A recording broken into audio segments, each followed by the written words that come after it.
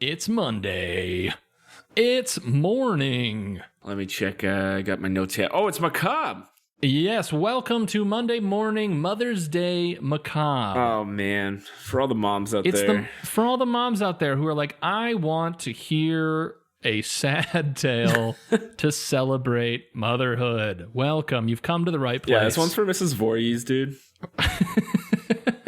Yeah, this is for all the scary mommies out there. I think that's the number one macabre mom.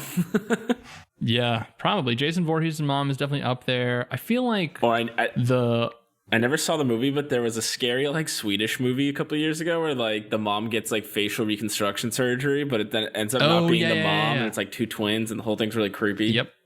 I remember the trailers for that, and I have never seen it. Yeah. Let's keep speculating about what it might be. The only way I speculate. Yes. Welcome to Monday Morning Macabre, the show where Scones and I, who I am as Darcy, he is Scones. What an intro. We talk about scary stuff every week. One of us brings a scary story, we talk about it, and this week happens to be Mother's Day week. Shout out to my mom, who there's this decent chance she's listening because she has called me in the past and told me I have mistakenly said words wrong, as mothers are wont to do. Heck yeah, my mom definitely does not listen, and I hope she never does. I'm living your nightmare every day, baby. Love you, Mom. Yeah. We're leaving it in. It's Mother's Day. Oh, man. So shout out to the mom listeners. You've come to the place where we're going to talk about some macabre news. If you want a special macabre mom-themed episode, become a Patreon member. Yeah, check out the Patreon because today we're going to be dropping the Monday Morning Macabre Mommy Don't say it. Nope. We don't have a good word for it, but it's going to be a mom-themed episode, so take a look at that on the Patreon side. And this week, Scones is going to be presenting us with something spooky. Yes, not Mother's theme, but it's still spooky. What you come here for? I still deliver, folks. He still delivers. Scones guarantees 30 minutes or less. We're going to be talking about Harold Shipman. Shipman or Shitman? Shipman. Okay, Shipman. Who was a very shit important man. distinction. Shitty guy, shippy surname. Band. Tickle those ivories. Oh, all the band's mothers are here to play their instruments for them. That's so this cute. is adorable. Wow, look at them. So cute. Oh my gosh, all the mothers out there. Skeleton mommies, play us in.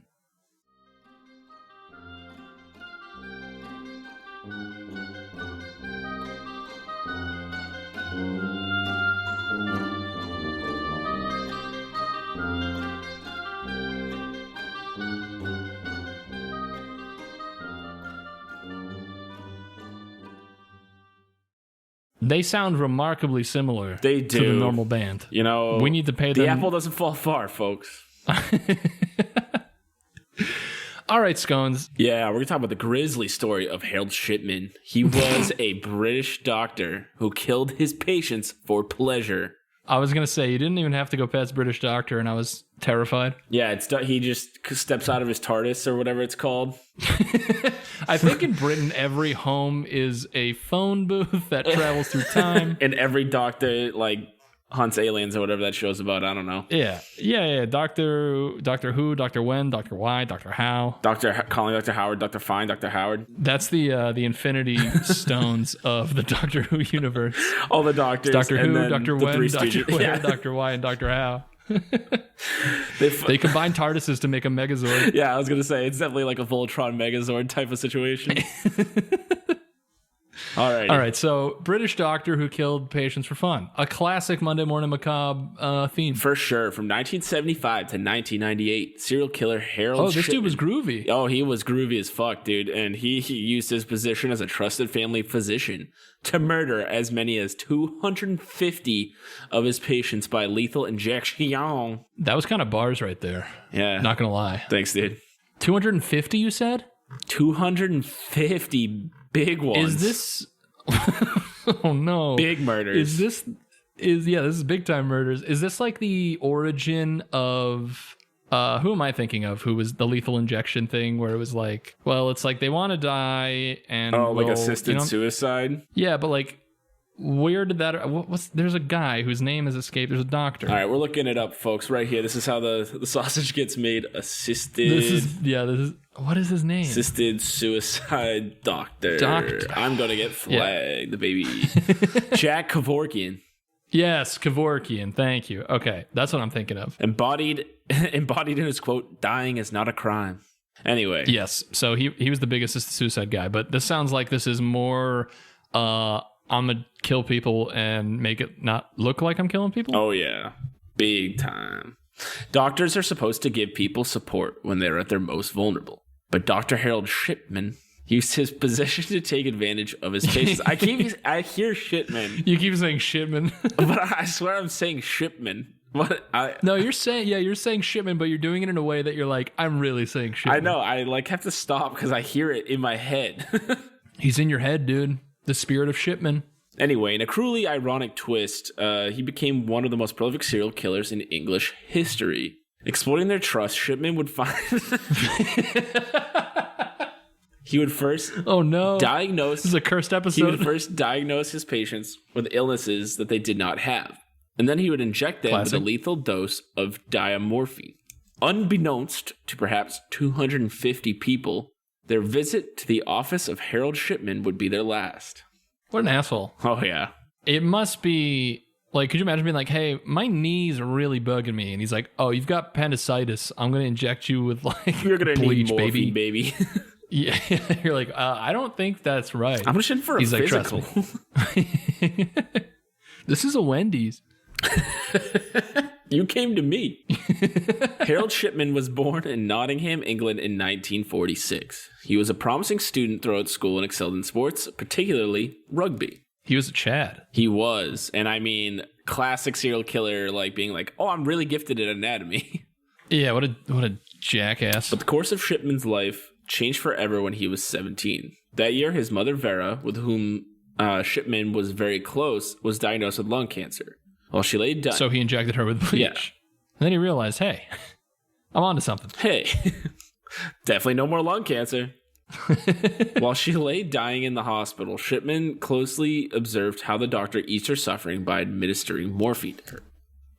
Experts would later speculate that this was the moment that inspired his sadistic killing spree and modus operandi. What a... man. He's 17. He should be like old enough to be like, oh no, I understand the parameters here. You should be out being a British teenager, dude, throwing rocks at stuff. Yeah, and hitting pubs and listening to The Clash. Yeah, that's the law. Following his mother's death, Shipman went on to marry Primrose May Oxtoby. That's British as fuck. Primrose May Oxtoby. While studying medicine at Leeds University Medical School. He was going to uni. Dude, you do such a good accent, man. Yeah, I mean the fucking hooligans playing football, playing footy. You're telling me not every British person is just like, oh, that's footy right there. Tommy. Oh, Tommy. Linda. Yeah. I'm a good man, Linda, as he's bashing someone. Like, oh, man, all the European listeners right now are like, you guys. We're not just Peaky Blinders, and we're like, we don't believe you. Yeah, and we're just like, burgers, gun violence, burgers. Hey, if I don't have my guns, my burgers, and an exorbitant health bill, I'm not American. What am I? There's only one football, baby. Tommy Brady. The pair had 4 children together, and from the outside, Shipman's life was the picture of normality. Until it wasn't. Whoa. No, it doesn't say that, but that's like the meme. Every crime documentary. Their life was great until it wasn't. Yeah, right. And then it like turns and then it's black like blue flash. Yeah. Cut to yeah, it turns to the negative colors. Yeah, exactly. And then it's just like the 60 minutes clock, just like... Tick, tick, tick, tick, tick. He graduated in 1970 and commenced life as a junior doctor, but he quickly moved up the ranks and became a general practitioner at a medical center in West Yorkshire. Or Yorkshire? Yorkshire? I don't know. Yeah, listen... We're going to get written in about this regardless of how we say it. We're going to say it the Massachusetts way where it doesn't make any sense. Yorkshire, kid. Fucking Yorkshire, kid. Don't the Paw Sox play there, bro? It was here in 1976 when Shipman first found himself in trouble with the law. The young doctor was caught forging prescriptions for Demerol an opioid typically used to treat severe pain for his own use. Shipman had become addicted. He was fined, fired from his job, and required to attend a rehabilitation clinic in York. The old York. Peppermint Patty. Yeah. That's what they call them. Old. Dude, I could go for one of those right now. Hey, man, why don't we cut the episode let's get here? out of here. All right, good luck, listener. Figure it out. Hey, Google it. I don't care. He killed people or whatever. It's, you know how it goes. But these peppermint patties, oh man, they're good. Harold Shipman seemed to get back on his feet quickly and returned to work at Donnybrook Medical Center in Hyde in 1977. He would spend the next 15 years of his career here before setting up a one-man practice in 1993. Okay, so you're going to the one-man practice of a doctor who was literally kicked out of medical school? Because he's addicted to, like, opiates? Yeah, because he was addicted to... I'd be like, well, my insurance should pay for something a little better than this, I hope. Yeah, but he's just so good with the kids. He's got such a strong jawline, that one. His bedside manner is just impeccable. He developed a reputation among his patients and in his community as a good and helpful physician. He was renowned... It says here he was renowned for his bedside manner. When jokes become real. Bum, bum, bum. Inverted colors. I wish there was an audio. Can we invert the sound? I mean, it's just going to sound right? Like horrific. It probably would just be like... It'd be like Paule's dad. Yet no one knew at the same time. That's a reference very few people will get. Yet no one knew that at the same time, the Good Doctor was secretly killing his patients. I love that show. Oh my God, the Good Doctor. Oh my God, the Good Doctor. It was March 1975 when Shipman took his first patient, 70-year-old Eva Lyons. It was the day before her birthday. Oh no. At this time, Shipman had got his hands on enough diamorphine to kill hundreds of people, though no one was even aware of his addiction until the next year. How did he get it? Because he's a doctor. He's just like, hey, I need this. And they're like, okay. Well, he goes to like doctors.org and signs in. I don't understand. How did he get it? I assume just like the, pharmaceutical companies. I'm sure doctors can get whatever. Well, it's probably more regulated now, but in the 70s, they could probably get whatever they wanted from a pharmaceutical company. Yeah, that's true. You know what? Case closed. I'm maybe they can just get a bunch of I don't know what the shelf life of diamorphine is, but maybe they just can buy a shit ton and be like, hey, now we have it. Doctors out there, hit us up. I know there's plenty of probably PhD doctors listening to this podcast, so please tell us. If you're a medical doctor, how do you get all your drugs? Yeah. And what's the shelf life of morphine? Asking for a friend. Though Shipman was fired that year for forging prescriptions, he was not removed from the General Medical Council, the doctor's regulatory body. Instead, he received a warning letter. Do you think the medical council is like 8 dudes in robes who are just like deciding the fate of doctors out there somewhere? For sure. They just like, dark room, candles.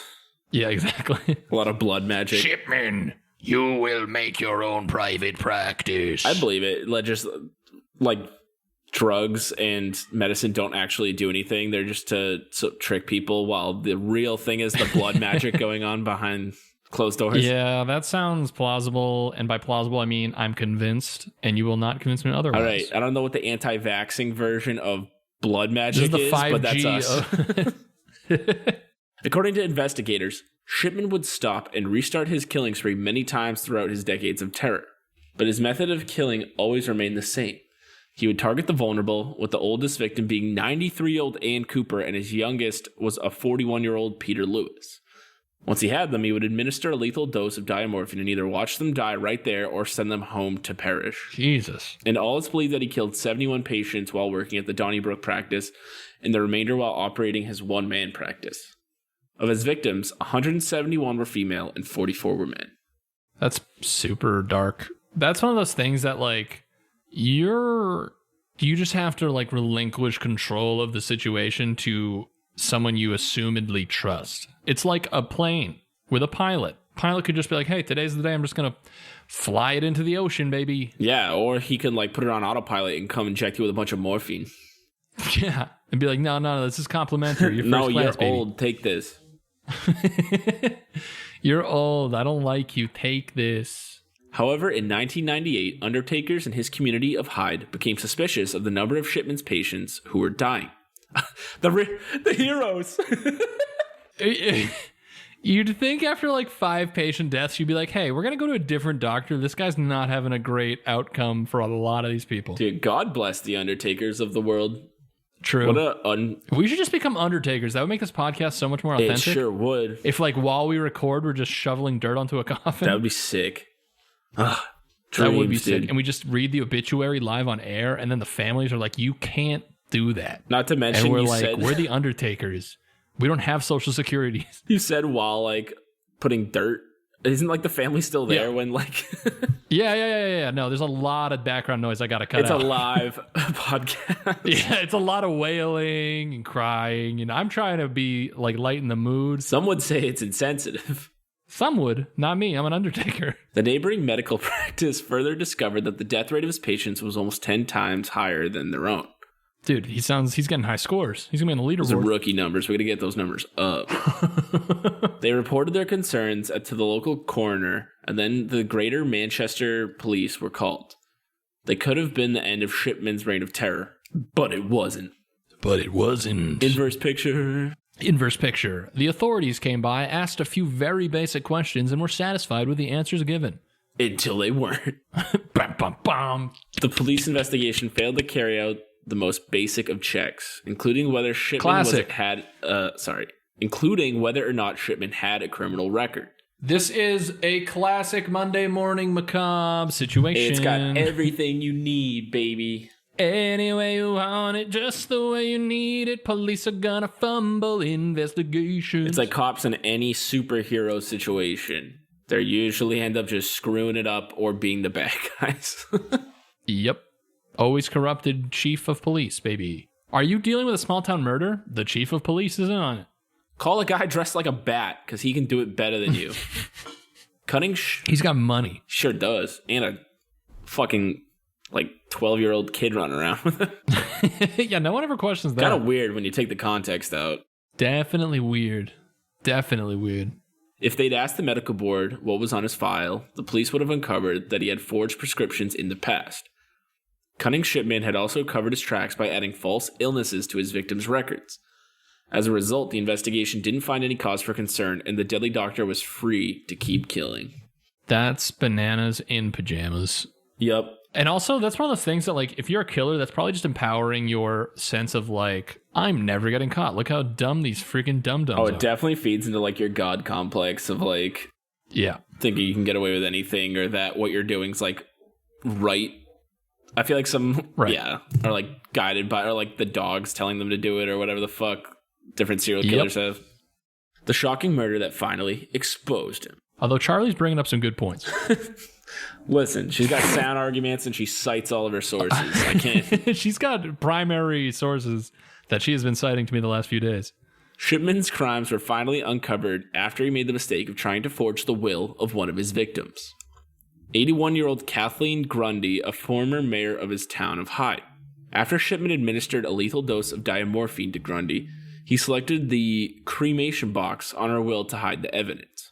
Then he used his typewriter to write her family out of the will entirely, leaving everything to him.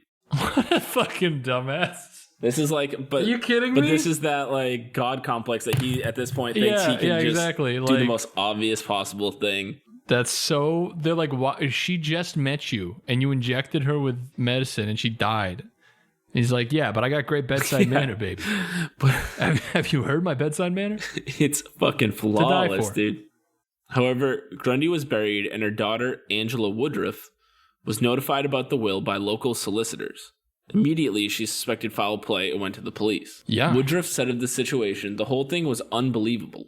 The thought of mom signing the document, leaving everything to her doctor, was inconceivable. The concept of her signing a document which was so badly typed did not make any sense. That's absurd. I like that it was poorly typed. Just says, no money for dear kids. Everyone, all money for this guy. No money for kids. All to doctor. Love, Grundy. Grundy. Love Solomon Grundy. Grundy's body was, back to Batman. Yeah, there we go. Grundy's body was subsequently exhumed in August of 1998, and diamorphine was found in her muscle tissue. Shipman was then arrested on September 7th of that year.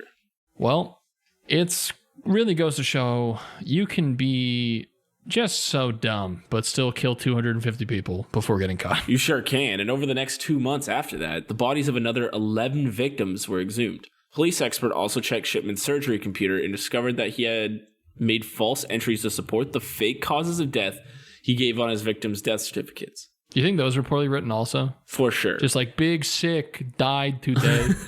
Got the sick big time. Mega sick, bro. Simultaneously, Shipman insisted that Grundy was addicted to a drug like morphine or heroin and pointed to his notes as evidence of this. However, police found that Shipman had written the notes on his computer after her death. Then police managed to verify 14 other cases where Shipman had given lethal doses of diamorphine, falsely registered the patient's deaths, and tampered with their medical history to show that they were dying anyway. Harold Shipman always denies the murders and refused to cooperate with the police or criminal psychiatrists. When the police tried to question him or show him photos of his victims, he sat with his eyes shut, yawned, and refused to look at any evidence. Police could only charge Shipman with 15 murders, but it's estimated that his kill count could be anywhere between 250 and 450. Jesus. How many people can die at this place before somebody is like, why did it take an outsider to be like, hey, this seems suspicious before anyone was like, hey, you know how like 150 people have just died at this doctor's office? Just super gross negligence by any kind of like authorities. Yeah. That's kind of the didn't the even dream. check his record, which seems like it has to be standard for any investigation. You'd think. Yeah. In 2000, Shipman was handed life imprisonment with a recommendation that he never be released. He was incarcerated in a Manchester prison, but ended up in Wakefield Prison in West Yorkshire, where he took his own life. On the day before his 50th birthday, January 13, 2004, Shipman was found hanging in a cell. He told his probation officer prior to this that he was thinking about committing suicide so that his wife would receive his pension in lump sum. With his death looms the question of why he killed at all. A number of theories have put forward to explain why Shipman had the urge to murder. Some say that he may have been avenging the death of his mother. Others offer the more charitable opinion that he injected the elderly with diamorphine as a misguided way of offering compassion. So this gets into the Kevorkian thing. Yeah, but this doesn't seem like... Didn't he kill a 41-year-old dude? He sure did. I pray that when I'm 41, I'm not like, just get me out of here. I'm hoping that's not where my knee. Just get me out of here. It's over. So I don't know how much I believe that theory. Well, still, most people believe that he had the God complex and that he had a fixation with being able to save lives as well as end them. Yeah, see, the God complex makes 10 billion times more sense to me. I think that also makes... I feel like a lot of people who are like doctors and surgeons in general, like this is a huge generalization I'm making right now, but I feel like a lot of the times it's like a lesser degree of that almost, of like, I want everyone to know that I'm like a smart dude who can like save lives. It's not like a negative necessarily. Hey, watch this shit. I'm just saying, like, I feel like some people are like, I want to be known as someone who is like literally saving lives, and that's why they do that. This might be a spicy take. I like it though. Keep it in. But yeah, let's just double down. If you're a doctor, I hate you. I mean, yeah. That is a joke. We're already on the medicine's not real, it's all blood magic train anyway, so it's fine. Modern medicine is a hoax. 5G coronavirus, baby. You can also see a video of Harold Shipman like being interviewed and shown his victims like pictures, and he just does not react at all. It's super Yeah, you were saying creepy. he like would ignore it and like, yeah. This dude sounds like a psychopath. I would say so. He had like 4 kids and a wife. What a fucking psychopath. Married with kids? No, but like this dude like functioned in society. Yeah. And also was a menace to it. Well, that lends credence to the like psychopathy of like, okay, if you're like murdering people, no problem, but you're also like normal enough seeming that people wouldn't suspect you. So like you've got some crazy shit. Why don't you just go to theater school? You'd do great. Honestly, You know what I mean? like all the kids out there listening to this, if there are any, just like ask your dad what he does at work and really try to figure it out because it could be this. You don't know. Could be this. Ask Papa. That's how the conversation could go. I think that's it. All right. Well, basically, the what you had to get out of today's episode was we're anti-doctors now, apparently. Yeah, what you guys got to know is that the medical system is a fraud and a lie. And if you want to really get healthy, do what Blood magic. do what Steve Jobs did and just eat plants. Isn't he still alive in Argentina or something? I think that's Tupac.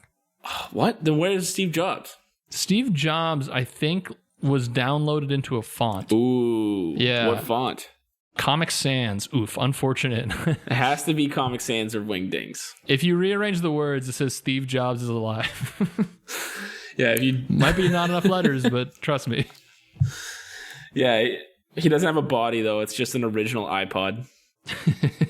He's actually the paperclip in old Microsoft Word. No way. Microsoft went after him directly and killed him, put him into the paperclip, and that's where his body is imprisoned for the rest of time. Aren't like Bill and Melinda Gates fighting over custody of that paperclip right now? Bill and Ted's Excellent Paperclip Adventure. Bill and Melinda's excellent divorce going on right now. Not so excellent divorce. Yeah. That's a movie, Scones. That's a movie. Dude, you ever seen the video of like the people asking like Bill Gates how much money stuff is? They're like, how much do you think like a gallon of milk is? He's like, I don't know, $12? Like, dude, you've clearly never shopped at all. Have you seen the video of the kid who just like asked people on the street like when's the 4th of July and people can't give him the answer? Yeah. Not good. But we're getting ahead of ourselves. That's for next episode, guys. Make sure to check out our socials, mondaymorningmacabre.com for merch, Patreon, etc. and new episodes. Macabre Pod on Twitter, Monday Morning Macabre on Instagram. Send us DMs, send us suggestions. Rate the show. If you're not listening on like Spotify, rate the show on iTunes if you want. Yeah. It helps us out. Subscribe, unsubscribe, resubscribe. Tell a friend, but contact us. Let us know if you think that we are saying some egregious things about doctors. Because, You know what? I'm willing to take a stance on just about anything. So, yeah, if we're taking a stance where the money's at, baby. people Have you love guys, outrage. You guys heard about Goop? Hey, Alex Jones is richer than I'll ever be, so we should just start saying ridiculous That's true. stuff. That's true. Obama's a reptilian. The frogs. But besides that, and all, besides all the jargon we just went on about, above all, we hope you have just such a good Monday. From the bottom of our hearts, all the mothers out there, have a great Monday. All the mothers out there, I hope you have a wonderful Mother's Day. Boy. Goodbye.